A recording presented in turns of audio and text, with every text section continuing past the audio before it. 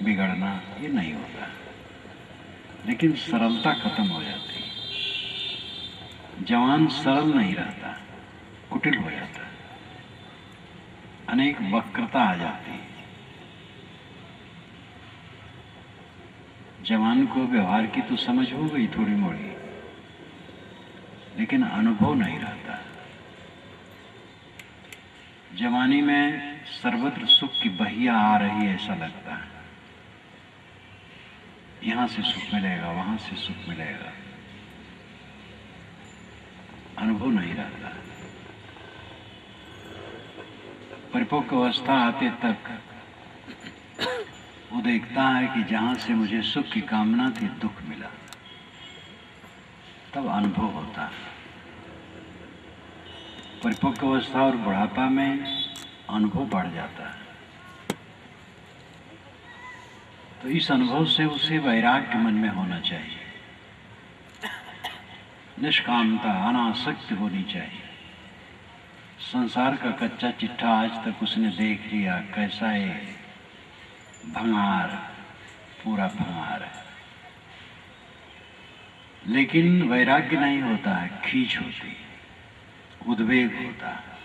बूढ़ा उद्वेगित रहता, क्रुद्ध, अंदर अंदर तामस में जलता रहता। रोते रोते आदमी जन्मता है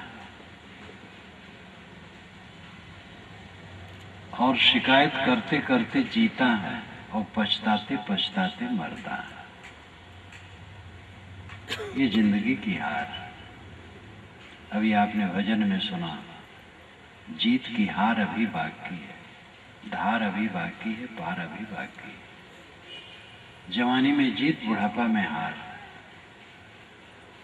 जवानी में कमाते हैं, बच्चों पर शासन है, जहां रहते हैं जरा सन फन से रहते हैं। बुढ़ापा में पहुंचे, कमाना भी बंद हुआ, एक किनारे बैठ गए, घर का मालिक बच्चा हो गया। अब सब समय सब में त्रुटि दिखाई देती, बच्चा कहे में नहीं, बहू बढ़िया भोजन नहीं बनाती, बाहर के लोग भी मेरे ऊपर ध्यान नहीं देते। जब बाहर के लोग आते हैं तो बच्चे से मिलना चाहते हैं, उनसे नहीं मिलना चाहते, क्योंकि उनकी जिम्मेदारी नहीं है, स्वाभाविक है। तो उनको खटकता है, अरे मैंने ही घर बनवाया, मैंने बच्चे पैदा किया, मैंने सब कुछ पढ़ाया लिखाया बढ़ाया, अब मुझे लोग पूछ नहीं रहे, क्योंकि समझ नहीं। आदमी जीवन भर दुख का अनुभव करता है। जवानी में हविस, तृष्णा, और वो असंतोष का दुख, बुढ़ापा में शिकायत, पूरा जीवन दुख से भरा रहता है मनुष्य का, जलता रहता है। जवानी में तमाम कामनाओं में जलता है, बुढ़ापा में शिकायत में जलता है। दुख से भरा जीवन, इस दुख से पार होना जीवन का मतलब है। जैसे कोई बिस्तर बिछाते बिछाते सुबह कर दे और बिस्तर पर लेट न सके, शाम से बिछाना शुरू करे और सुबह हो जाए, फिर काम धाम में लग जाए, फिर शाम आए तो फिर बिछाना शुरू करे और फिर सुबह हो जाए। मनुष्यों की ही दशा है। व्यवस्था व्यवस्था व्यवस्था व्यवस्था करते चले जा रहे हैं और व्यवस्था में जिंदगी पूरी हो गई,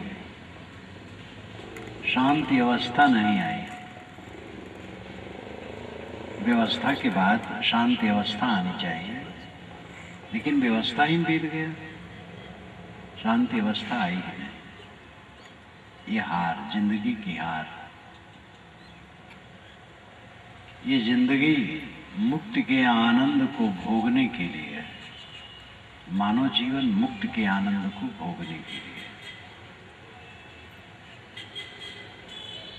मुक्ति का आनंद अहंकार कामना छोड़ने से होगा। अहंकार जितना है बेवकूफी के सिवा कुछ नहीं। मूर्खता, बेवकूफी, अहंकार पर्याय है। कौन सी वस्तु आपकी है जिसका आपको अहंकार है? अभी आ रहे थे, भैंसे की एक गाड़ी जा रही थी, एक लड़की साइकिल से जा रही थी। वेग ही तो एक्सीडेंट का कारण है। लोग धीरज धर के नहीं जाना चाहते, शांति से चलें, पिछड़ करके चलें। ओवरटेक करने की चेष्टा हरदम, लड़की साइकिल से तेज चलना चाहते थे, उसकी एक पहिया भैंसे गाड़ी के पहिए के नीचे चली गई। पहिया खराब हो गई, पैर बच गए, सबसे बड़ी बात है। पैर जाता तो बहुत नुकसान होता। भैंसा गाड़ी आगे निकल गई, फिर वो साइकिल लेकर के एक तरफ खड़ी हो गई।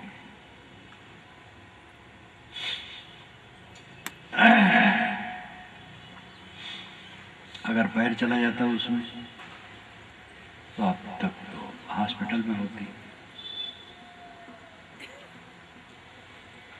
सब जगह खतरा है, लेकिन खतरा को लेकर के लोग घर में तो नहीं बैठे रहेंगे। ट्रेन का एक्सीडेंट होता है, बहुत से लोग मर जाते हैं, वस्तुएं बिखर जाती है। रात में हो तो लोग लूटने आ जाते हैं। जो बचे रहते हैं स्टेशन मास्टर के पास जम करके कहते हैं हमारे लिए दूसरी गाड़ी का प्रबंध कीजिए, जल्दी से जल्दी। जिस गाड़ी से सैकड़ों लोग मर गए, उसी गाड़ी पर चढ़ने के लिए सब तैयार रहते हैं। आदमी कहां तक निराश होकर के बैठे? काम करता है। एक्सीडेंट ज्यादा सड़क पर नहीं होता है, बिस्तर पर होता है। आपके सहारनपुर में साल भर का सर्वेक्षण कर लीजिए, बिस्तर पर कितने लोग मरते हैं और सड़क पर कितने लोग मरते हैं।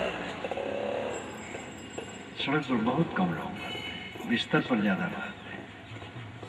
एक्सीडेंट की जगह बिस्तर ज्यादा है, और बिस्तर से तो किसी को भय नहीं है।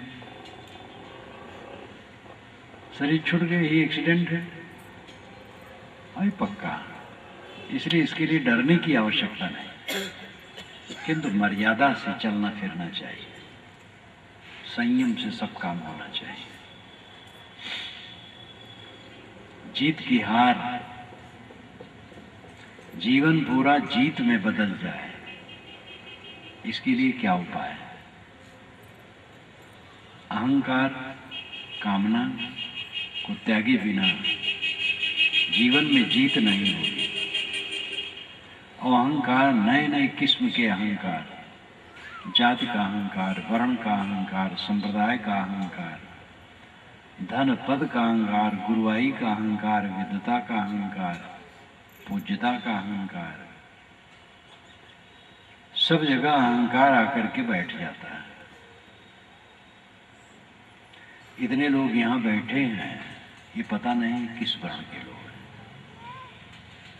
अगर कहो इसमें जो गोरे गोरे हैं वे सवर्ण हैं, और जो गोरे नहीं है वो बैकवर्ड या शेड्यूल कास्ट के। तो श्री राम और श्री कृष्ण किस वर्ग के हैं? वे तो श्याम और घन श्याम है। तो शेड्यूल कास्ट में रखोगे क्या? कश्मीर के सभी लोग गोरे हैं, वो सब ब्राह्मण होंगे, और मद्रास के सब लोग प्राय काले हैं, तो वो सब शूद्र होंगे। काला शूद्र, गोरा ब्राह्मण, ये परिभाषा किया जाए तो इंग्लैंड, अमेरिका इत्यादि के लोग सब ब्राह्मण हैं, और उसके अपेक्षा भारत के लोग तो काले ही हैं, तो सब शूद्र हैं। काले गोरे से कोई मतलब नहीं होता, ये तो जलवायु के कारण होता है। ब्राह्मण और शूद्र शब्द ही बेकार है, मनुष्य मनुष्य बस। अगर ब्राह्मण कहा जाए तो आत्मज्ञानी ब्राह्मण है। ब्रह्म अग्नि को कहा गया था, वेद शुरू होता है अग्नि से, अग्नि मेले पुरोहितम यज्ञ से। अग्नि को ब्रह्म का, और अग्नि में हवन करने वाले को ब्राह्मण का, और जिस वेद मंत्र से हवन किया जाए उच्चारण करके, उस वेद मंत्र को भी ब्रह्म का। आगे चल करके आत्मा को ब्रह्म का, और वो स्थिर हो गया। आत्मा ब्रह्म, ब्रह्म नाम बड़ा, बृहत्वाद ब्रह्म।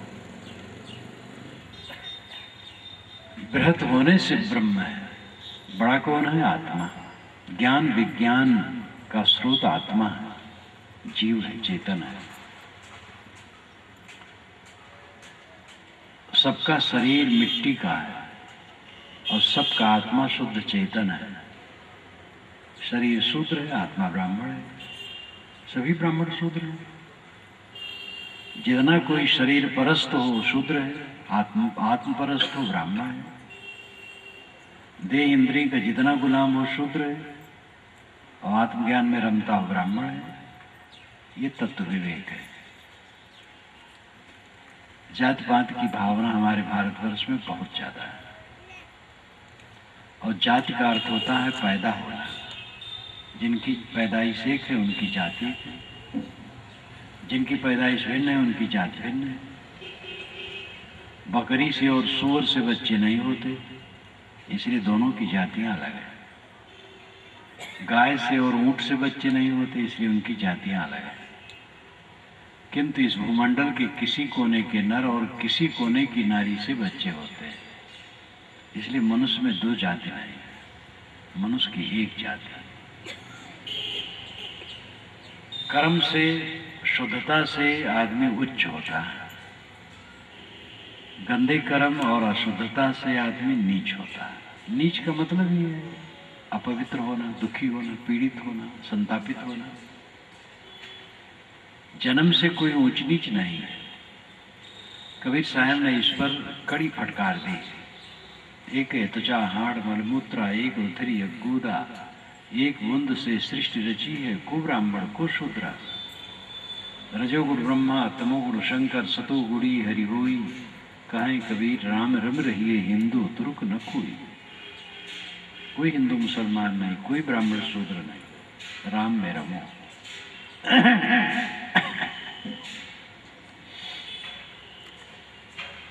जात पात की भावना, छुआछूत की भावना की परीक्षा होनी चाहिए।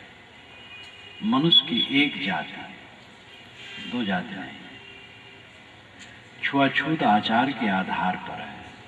छुआछूत का महत्व है। गंदी स्थिति में है आदमी अछूत है, स्वच्छ स्थिति में हो गया अछूत नहीं। एक मेहतर स्नान करके शुद्ध वस्त्र पहन लिया, अछूत नहीं। दूसरा व्यक्ति है टट्टी घर में गया, टट्टी होके आया, अछूत है, स्नान कर लिया तो अछूतत्व तो खत्म हो जाए। गंदा आचरण है अछूत है, पवित्र आचरण है अछूत नहीं है। आचार विचार की पवित्रता, शुद्धता और अशुद्धता में छूतत्व अछूतत्व होते हैं। जन्म से कोई छूत अछूत नहीं। आज से 500-600 वर्ष पूर्व सदगुरु कबीर ने ये चाहा था कि मानव मात्र का अधिकार सभी दिशाओं में समान हो और कोई किसी को अछूत न करे। जैसी जिसकी योग्यता हो आगे बढ़े, और वह आज कानून के रूप में बदल गया।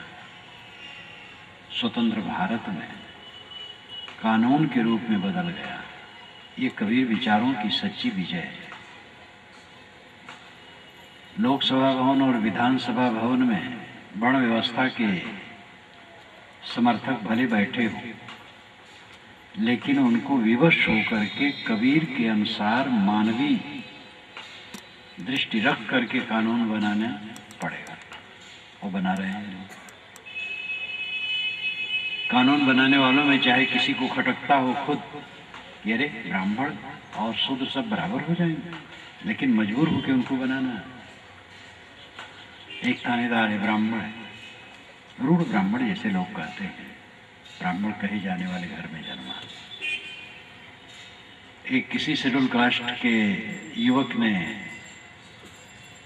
वहाँ पर एप्लीकेशन दिया कि अमुक जगह में मुझे अछूत कह करके अपमानित किया गया।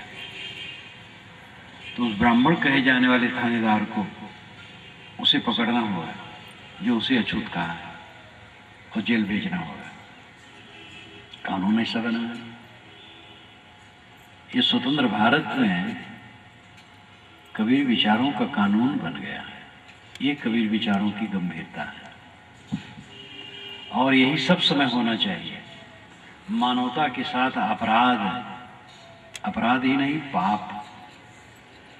किसी को तलवार से मार देना महापाप है और किसी के मन में बैठा देना कि तुम जन्म से नीच हो और घोर पाप है। उसकी तो आत्मा का हतन कर दिया गया। इसलिए कभी किसी से कोई जाति न पूछे किस जाति से हो। मनुष्य जाति देख रहे हो, किस जाति से। विवाह शादी करना हो तब आप पूछ ले।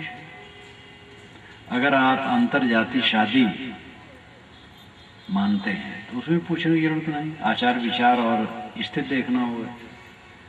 और अगर अंतर जाति शादी नहीं मानते हैं तो जात पूछ लीजिए। वो कभी लड़की और लड़का की शादी करने के संबंध में पूछना पड़ेगा, ज्यादा नहीं। लोग तो रास्ता चलते पूछते रहते हैं, भैया कौन लोग हो, किस दूध के हो। ये बहुत बड़ी गलती है। कभी जात किसी से मत पूछो। जात देख रहे हो मनुष्य। एक आदमी ने एक से कहा किस जात के हो, तो वहां एक बैल बैठा था। उन्होंने कहा ये किस जात का है? ये तो बैल है।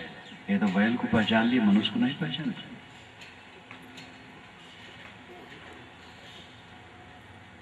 मनुष्य की एक जाति है, दो जाति कहाँ। किसी को अछूत मत कहो, भेदभाव की भावना छोड़ो।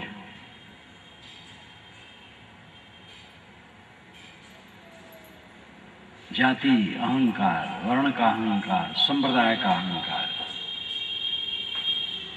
हमारा संप्रदाय ईश्वर प्रदत्त है। हमारी किताब ईश्वर ने दी है। हमारा महापुरुष ईश्वर का भेजा हुआ है अथवा ईश्वर का अवतार है। हमारी परंपरा, हमारा मजहब, हमारा संप्रदाय ईश्वर का बनाया हुआ है। इस भावना ने सांप्रदायिकता का विष बोया है और ये दादागिरी के लिए है। दुनिया की सारी किताबें मनुष्य की रचनाएं हैं। दुनिया के सारे महापुरुष केवल मनुष्य हैं और दुनिया के सारे संप्रदाय मनुष्य की चलाए हैं। यही वास्तविकता है। इस वास्तविकता को स्वीकार कर लेने पर सांप्रदायिकता का विष खत्म हो जाएगा। सांप्रदायिकता के जो विष फैला है उसके मूल में झूठाई है, अलौकिकता की बात। अपने संप्रदाय, महापुरुष और पुस्तक, इन तीन के विषय में अलौकिकता का आरोपण इस सांप्रदायिक विष पैदा करता है। जैसे जाति अहंकार है वैसे संप्रदाय का अहंकार है। हमारे संप्रदाय वाला स्वर्ग और मोक्ष पाएगा, दूसरे वाला नहीं। ठेकेदार बने हैं लोग। मोक्ष और स्वर्ग देने के ठेकेदार ये मजहब वाले बने। मोक्ष और स्वर्ग व्यक्तिगत विषय है। मन मैला है, नरक है। मन स्वच्छ है, स्वर्ग है। मन मोह माया में डूबा है, बंधन है। मन मोह माया से मुक्त हो गया, मोक्ष है। ये व्यक्तिगत विषय है। कोई संप्रदाय सत्य का ठेकेदार नहीं है। इसलिए जैसे जाति अहंकार छोड़ना चाहिए वैसे संप्रदाय का अहंकार भी छोड़ना चाहिए। सभी अहंकारों का केंद्र शरीर है और शरीर पानी का बुलबुला है। कब ये ढल जाए कुछ ठिकाना नहीं, कब रोगग्रस्त हो जाए, कब शून्य हो जाए। पद प्रतिष्ठा, धन दौलत, विद्या, अधिकार सब कुछ नाशवान। बड़े बड़े विद्वान विस्मृत में चले जाते हैं। महापंडित राहुल सांकृत्यायन 33 भाषाओं का ज्ञाता और कई भाषाओं में तो निष्णात, लेकिन उसको विस्मृत का रोग हुआ तो काखा नहीं जानता था। भिक्षु धर्म रक्षित जो वाराणसी सारनाथ के बोध कॉलेज के प्रिंसिपल थे, उन्होंने मुझे बताया था सन 71 में कि राहुल सांकृत्यायन अगर जीवित रहते और स्वस्थ हो जाते तो फिर से उनको काखा और ABCD पढ़ाना पड़ता। ऐसा विस्मृत का रोग हो गया था। कुछ स्थिर नहीं है, सब नाशवान है। किस चीज का अहंकार है? देखते देखते सब गलता जाता है। बनना और बिगड़ना ये जगत का स्वभाव है। बन रहा है, बिगड़ रहा है, उत्पत्ति प्रलय, नित उत्पत्ति नित प्रलय होगी। जिस पर हमें गर्व है वो सब नाशवान है। नाशवान पदार्थों को लेकर के लोग आपाधापी करते हैं, चालबाजी करते हैं, तिकड़मबाजी करते हैं, राजनीतिबाजी करते हैं और हत्या तक करते हैं। सामूहिक हत्याएं होती हैं और 4 दिन के बाद स्वयं उसी काल के गाल में चले जाते हैं। माया करक कदीम है, कुकुर मिले लक्कोट, दावा करी करी पचमुए, अंध चले सब छोड़। माया, दुनिया की माया कैसे है? करक कदीम, करक हड्डी, सूखी हड्डी, कदीम पुरानी अनादिकाल की। ये माया अनादिकालीन है, सूखी हड्डी। कुकुर मिले लखकोट, लाखों करोड़ कुकुर मिले और उस हड्डी को नोच रहे हैं और दावा कर कर पच मर रहे हैं और अंत चले सब छोड़। अंत में सब छोड़ के चल देते हैं। जिस जमीन मकान पद प्रतिष्ठा के लिए लड़ाई करते हैं वो जमीन मकान पद प्रतिष्ठा छोड़ करके चल देते हैं। कुत्तों को देखो, मैं बचपन में देखा हूँ। जहाँ मेरा शरीर जन्मा था, गांव के बाहर एक बड़ा मैदान था।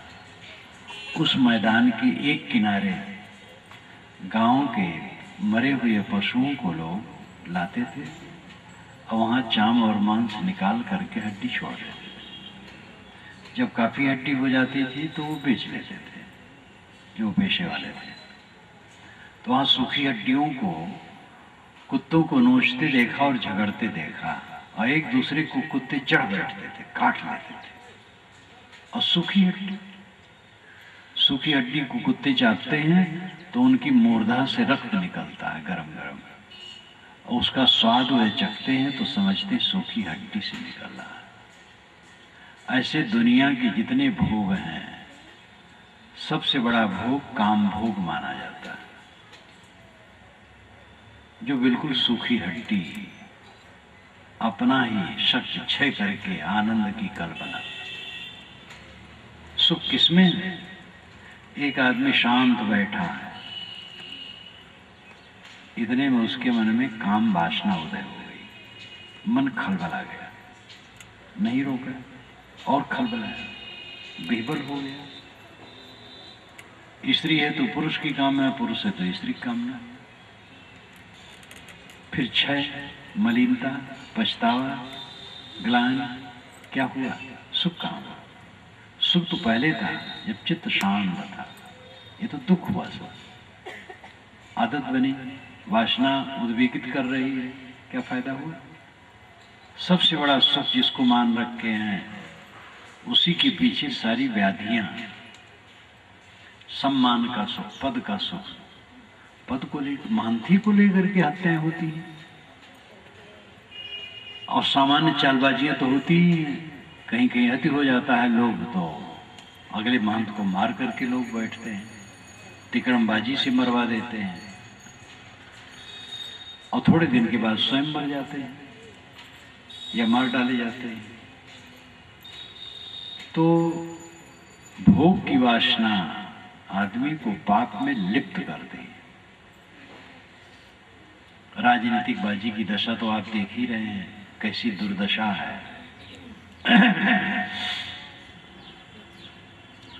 राजनेता लोग भी धर्म का काम करने के लिए अधिकारी हैं, वे भी महापुरुषों को मान सकते हैं,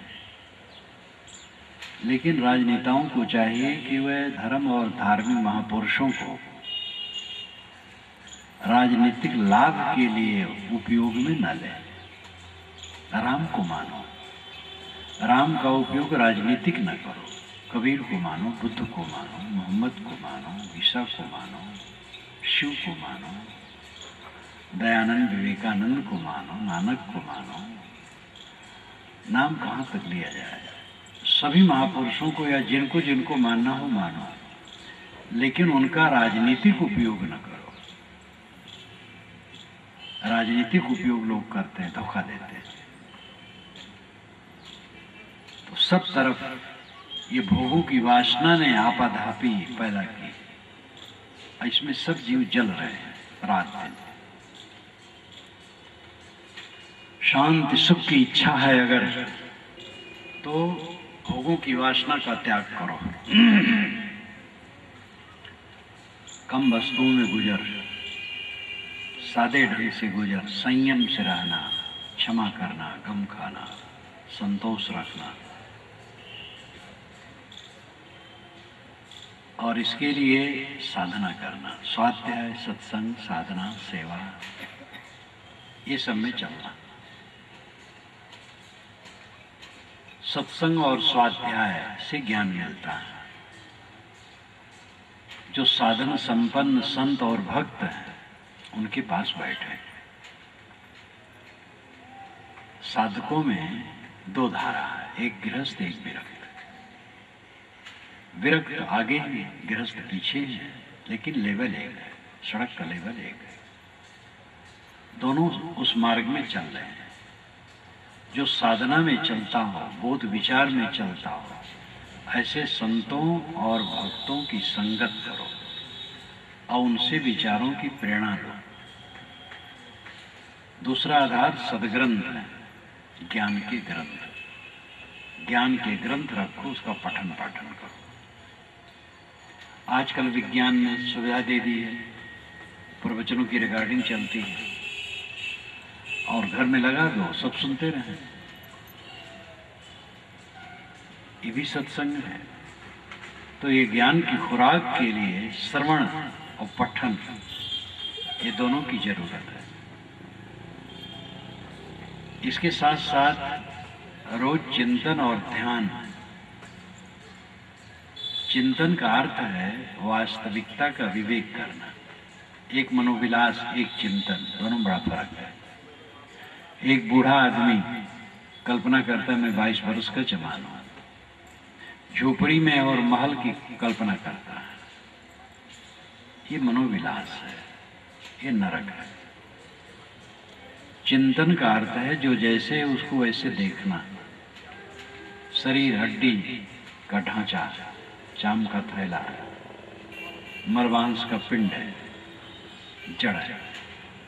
आत्मा शुद्ध चेतन है, मैं शुद्ध चेतन हूं, शरीर नहीं।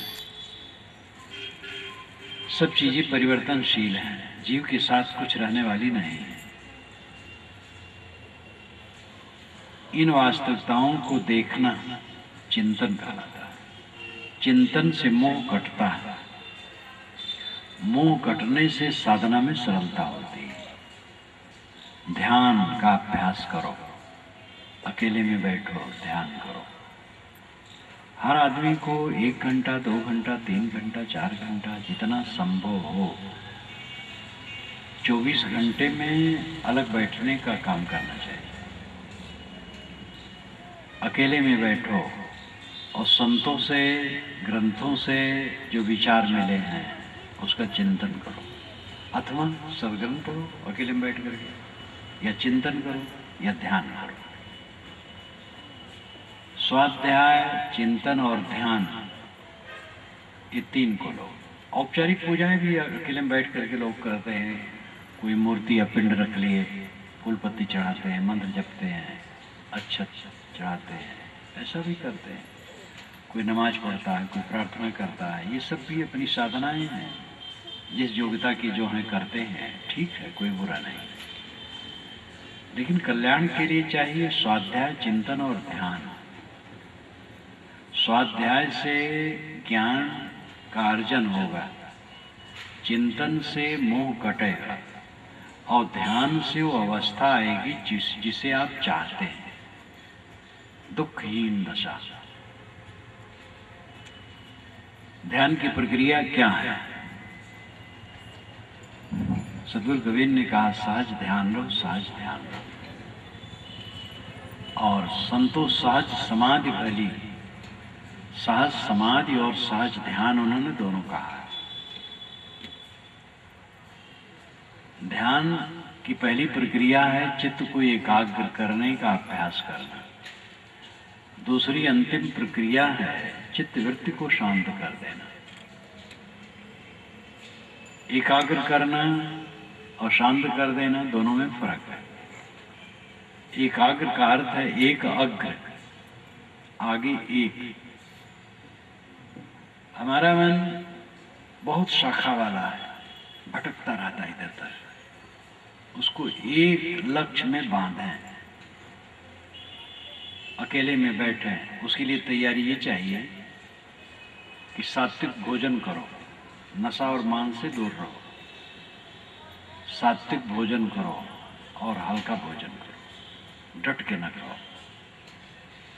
लड़ाई झगड़ा विवाद कला से दूर रहो, संयम से रहो। और सुबह शाम जब अवसर हो अकेले भी बैठो, स्थिर आसन से बैठ जाओ। रीढ़, गला, सिर सीधा रखो, आंखें बंद कर दो और अपने लक्ष्य को एक आधार में टिकाओ। अगर आप किसी महापुरुष को आदर देते हैं, उसके चित्र को मन में ले लो, उसी में मन टिकाओ। ये साकार योग है। आंखें बंद करो, बंद आंखों में अंधकार या प्रकाश जो दिखाई दे उसी में मन को रोको। कोई कल्पना न करो, बंद आंखों में जो दिखाई दे उसी में मन को ठहराओ। सांस अपने आप आती है जाती है, सांस पर मन टिकाओ। केवल सांस को देखो और कुछ नहीं। देखने मतलब ख्याल रखना, सांस का ख्याल रखो, बस सांस पर मन ठहराओ और कहीं न लगाओ। बिंदु की कल्पना कुछ लोग कर लेते हैं, चमकता हुआ बिंदु हृदय में है, उसी मन को ठहराओ। शब्द कानों में उंगली डाल लेते हैं, आवाज सुनाई देती है अंदर की गनगनाहट, उसी में मन को रोकते हैं। तो इस प्रकार कोई आधार लीजिए, एक आधार एक समय में, और मन को उसी में बारंबार नियोजित करो। ये ध्यान का प्रथम अभ्यास है। दीर्घ काल तक करते करते जब ये अभ्यास मच जाता है तब काफी सुवस्था आ जाती है। और इसके साथ साथ स्वाध्याय, सत्संग, चिंतन, ये सब चलते रहना चाहिए। ये विचार करते रहो, क्या मेरा है, मेरे साथ क्या रहने वाला है, अंत में क्या शेष रहेगा। हमारे बाबे दादे गए, राम नाम भज, राम नाम भज, चेत देख मन माही हो, लक्ष्य करोड़ जोर धन गाड़े, चलत डुलावत बाही हो। दादा बाबा ओ परपाजा जिनकी यह भूमि भाड़े हो, आदर भय हियो की फूटी तिन काहे सब छाड़े हो। ई संसार सार को धंधा, अंत काल कोई नाही हो, उपजत बिनसत बार न लागे, जो बादर की छाही हो। नाता गोता कुल कुटुंब सब इनकर कौन बढ़ाई हो, कहें कबीर एक राम भजी बिन बूढ़ी सब चतुराई हो। बादल की छाया बनी और बिगड़ी, सारी माया की चीजें ऐसे हैं। हमारे बाबे दादी के समय की चीजें आज क्या है। आपके घर में 100 वर्ष पुरानी वस्तु न होगी, आपका घर ही 100 वर्ष पुराना नहीं होगा। 100 वर्ष के पहले वाला आज पहले वाला कोई है ही नहीं है। काल सबको निरंतर पीस रहा है। इस पर लोग ध्यान ही नहीं देते। भोगों के लिए जोश है, आपाधापी, मेरा हो जाए, मेरा हो जाए, मेरी मर कर करके सब मर रहे हैं, को सवासी नहीं। अपने को पहचाने, अपने को समझें, ध्यानाभ्यास करें। चित्त में वैराग्य बढ़ेगा तो ध्यान का अभ्यास सरल होगा। मैंने कल ही कहा था कि वैराग शब्द से आप घबराएं नहीं, और वैराग का अर्थ घर छोड़ना और कपड़ा बदलना नहीं। जो घर छोड़ करके कपड़ा बदल दिए, जैसे हम कपड़ा पहने हैं, इस ढंग के जो पहनने वाले हैं साधु कहलाते। शर्ट पैंट में, साड़ी ब्लाउज में, धोती कुर्ते में हो गृहस्थ कहलाते। दोनों को वैराग की जरूरत है। मन जितना अनासक्त होगा उतनी शांति पाओगे, जितना आसक्त रहेगा उतना जलोगे। गृहस्थ विरक्त किसी के लिए प्रकृति के तरफ से क्षमा नहीं है, सबको फल भोग बराबर है। निर्मोहता वैराग्य, अनासक्ति वैराग्य, सारी साधनाओं की रीढ़ है अनासक्ति। सगुण उपासना, निर्गुण उपासना, साकार उपासना, निराकार उपासना, आर्य उपासना, सामी उपासना, कोई उपासना, सब में अनासक्ति रीढ़ है। चित्त अनासक्त होगा जब, तब साधना में प्रवेश होगा। हजरत मोहम्मद ने भी हदीस में कहा है, जो दुनिया से उदास रहता हो और कम बोलता हो, उसके पास बैठो तो तुम्हें आत्मिक रोशनी मिलेगी। प्रचारकों से, अपने प्रचारकों से कहते थे, देखो सुख में फंसना नहीं, नहीं तो तुम धर्म प्रचार नहीं कर पाओ। सुख में फंसना नहीं।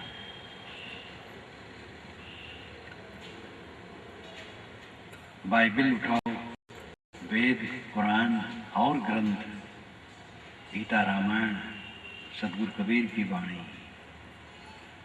नानक साहब की वाणी, दरिया साहब की वाणी, गरीब साहब की वाणी, गोस्वामी जी की वाणी, कोई वाणी उठाओ, अनासक्ति पर जोर हर जगह है। लोग कहते वेदों में वैराग्य नहीं है। वेदों में मनुष्य को मर्त्य कहा गया है। मर्त्य, मरण धर्म। जानवरों को मर्त्य नहीं कहा गया। जानवर भी मरते, लेकिन जानवर समझेंगे नहीं, मनुष्य समझेगा। तो वेद के ऋषि मानो मनुष्यों को चता रहे हैं, तुम मर्त्य हो, मरण धर्म हो। हर जगह वैराग की बात मिलती है, हम सुन पावे तो। ये पूरी सृष्टि जो दिखाई देती है वैराग का उपदेश करती है। बचपन से आज तक आप क्या पाए हैं? दुख के अलावा कुछ पाए हैं? ठोकर ठोकर ठोकर, चाटे चाटे चाटे, चाटे और कांटे, क्या पाए? ये जवान लोगों को भ्रम होगा कि नहीं मिलेगा जरूर। जवान भ्रम में रहते हैं, लेकिन कोई जवान अपने पास बैठे बूढ़े से पूछ ले कि बाबा आप जीवन में क्या पाए, तो अगर वो अकल वाला होगा तो बताएगा। ये जवान लोगों को बूढ़े लोग क्यों नहीं बता देते हैं? मालूम होता बूढ़ों को ईर्षा है जवानों से कि हमें नहीं कोई बताया था, हम क्यों बताएं, ये भी मुन्ना भोगे दुख। लेकिन अगर किसी जवान को बूढ़ा बताए तो जवान विश्वास भी तो नहीं करेगा। वो सोचेगा इन्होंने तो आनंद ले लिया और हमें भटका रहे हैं। तो जवानी में एक भ्रांति रहती है, सुख आ रहा है, सुख आ रहा है, आ रहा है। बूढ़े तो देख लिए, ठोकर खाते खाते पा गए सुख। मुकदमा में हारे हुए, जुआ में हारे हुए जुआरी की तरह बूढ़े बैठे हैं बेचारे। ये बुढ़ापा जीवन मुक्त के लिए है। ये तब होगा जब साधना भजन में मन लगाओ, आसक्ति छोड़ो, ध्यान करो, चिंतन करो, अंतर्मुख हो, नहीं तो बुढ़ापा रोते रोते बस समाप्त हो जाएगा। हमारे शरीर के अंगों को, बालों को प्रकृति पकाती है, लेकिन हमारे मन को नहीं पकाती। हमारे काले बाल उजले हो जाते हैं, चिकना चाम सिकन से भरा हो जाता है, अंग ढीले हो जाते हैं, सब जितने अंग सब ढीले ढाले और विद्रूप हो जाते हैं।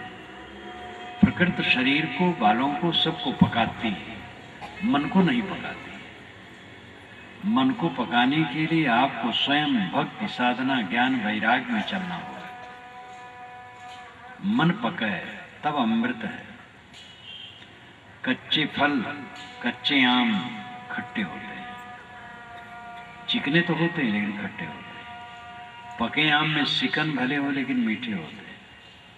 जवान देखने में सुंदर भले लगे लेकिन एक कच्चे होते हैं, और बूढ़े देखने में सुंदर न लगे लेकिन वो पके होते हैं। किंतु बूढ़ा पका हुआ है जो मीठा, प्रायः बूढ़े खट्टे होते हैं। 4 बूढ़े इकट्ठे होंगे तो अपने बच्चों की निंदा शुरू करेंगे, कहीं भैया राम राम राम राम, कुशल मंगल। कुशल मंगल क्या बताऊं, लड़का कहे में नहीं। अरे माताएं भी अपने बहुओं पर डटी रहती हैं, बहू की निंदा करती हैं, और बहू की जितनी निंदा करोगे समझ लो बुढ़ापा आपके लिए सुखद नहीं होगा। बहू तो बनेगी मलकिन और तुम एक किनारे बैठ जाओगे, तो बासी भात तुम्हें दे दिया करेगी। लेकिन अगर अपने सास को कोई बासी भात देगी तो उसे भी बासी भात मिलेगी जब वो बूढ़ी होगी तब। इसलिए ऐसा नहीं करना।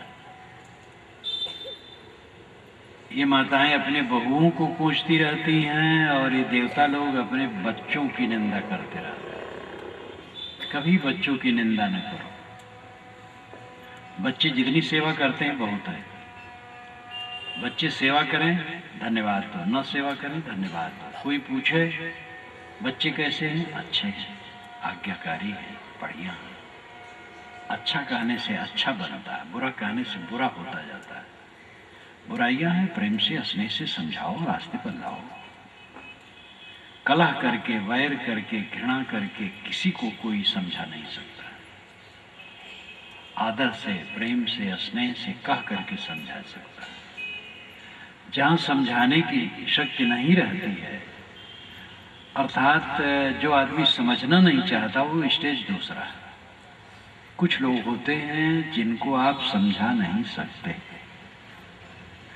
वे बड़े शूरवीर और बड़े ऊंचे होते हैं, तो उनसे क्षमा मांग लो, गम खा लो, हट जाओ।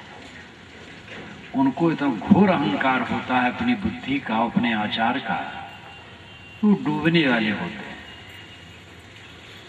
तरने को है दीनता, डूबन को अभिमान।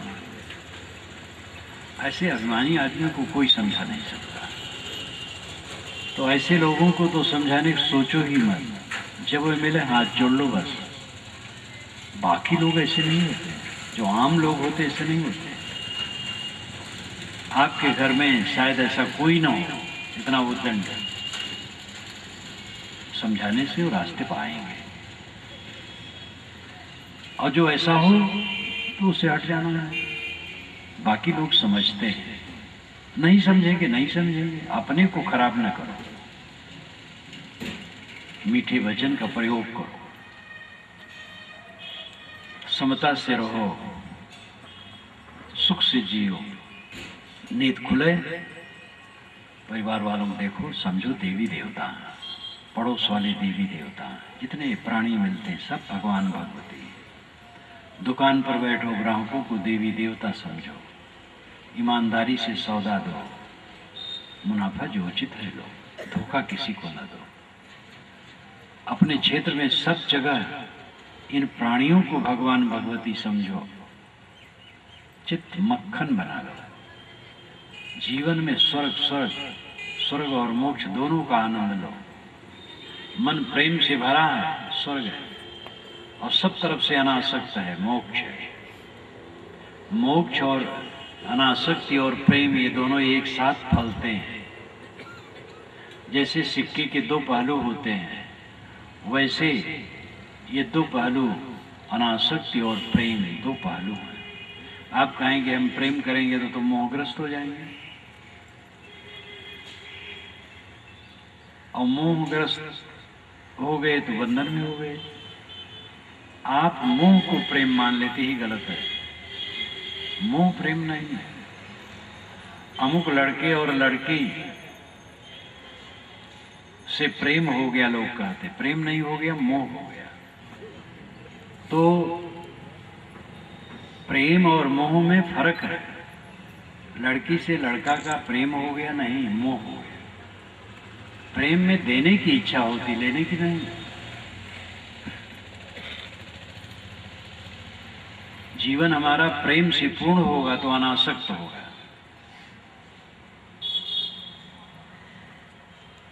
महाराज राम के मन में प्रेम था, मोह नहीं था।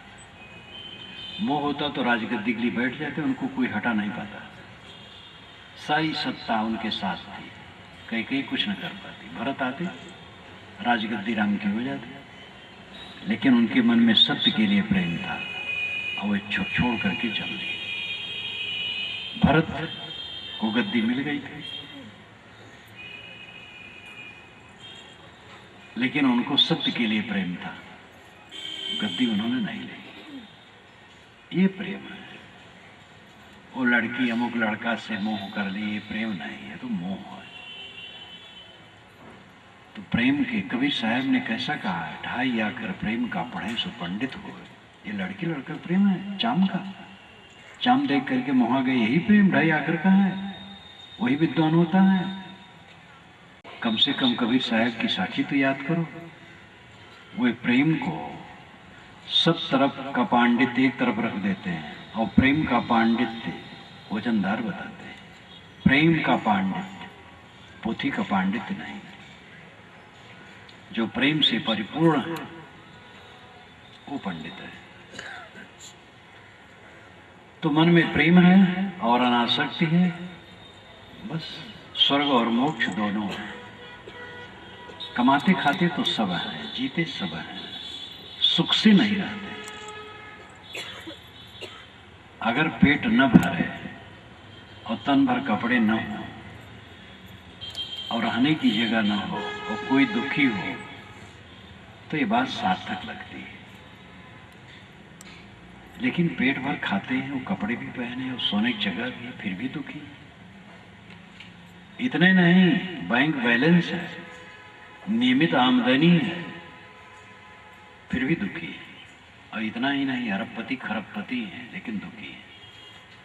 तो ये दुख धन पद विद्या अधिकार से नहीं दूर होगा। गुरु बाबा बनने से भी नहीं दूर होगा, महंत बनने से भी दूर नहीं होगा, आचार्य मंडलेश्वर जगत गुरु बनने से भी दूर नहीं होगा। ये तो आत्मज्ञान, आत्मशोधन, आत्मसंयम, सारी अहंता कामना छोड़ करके अंतर्मुख होने से होगा। ये काम करो, साधना में लगो, ध्यान चिंतन में लगो। मानव जीवन अत्यंत मूल्यवान है और इसकी सार्थकता साधना में है। सेवा भक्ति शुरुआत है, ज्ञान वैराग्य अंतिम फल है, और सेवा भक्ति जीवन भर जरूरी है। ज्ञान वैराग्य में कोई आगे बढ़ जाए और भक्ति कमजोर हो जाए तो ज्ञान वैराग्य ठंडा हो जाएगा। भक्ति तो भूमिका है, सेवा भूमिका है, विनम्रता भूमिका है, उसके बिना तो कुछ नहीं। भक्त ज्ञान वैराग्य कर्म वाले भी एक विवाद करके एक दूसरे को ऊंचा नीचा कहते हैं, ये गलत है। भक्त की आवश्यकता है, कर्म की आवश्यकता है, वैराग्य की आवश्यकता है, ज्ञान की आवश्यकता है। एक रोटी बनाने में ज्ञान चाहिए, कितना पानी आटा में डालें, कैसे गूंदें, कैसे सेकें, और कर्म चाहिए, सारी चीज़ों को लेकर के भोजन बनाने का काम संपादित करना। और भक्ति चाहिए, श्रद्धा से बनावे, नहीं तो अच्छा नहीं बनेगा। हर काम में ज्ञान भक्ति सब कुछ चाहिए। इसलिए इसमें भी संप्रदाय चल गया, भक्ति मार्गी अलग, कर्म मार्गी अलग, ज्ञान मार्गी अलग। ये गलत है। कबीर साहब ने ऐसा फर्क नहीं माना, उन्होंने सबका समन्वय किया। अन्य संतों ने भी इस पर ध्यान दिया। हम लोगों को ये दुर्लभ समय मिला है, इसका उपयोग करें। केवल कमाने खाने, बाल बच्चे पोसने और महात्मा लोग अपना मठ चलाने में न बिताएं। मठ चला के क्या करते हैं? महात्मा लोग अगर साधना नहीं करते हैं, स्वाध्याय नहीं करते हैं, चिंतन नहीं करते हैं, अंतर्मुख नहीं होते हैं, तो समाज को क्या देंगे?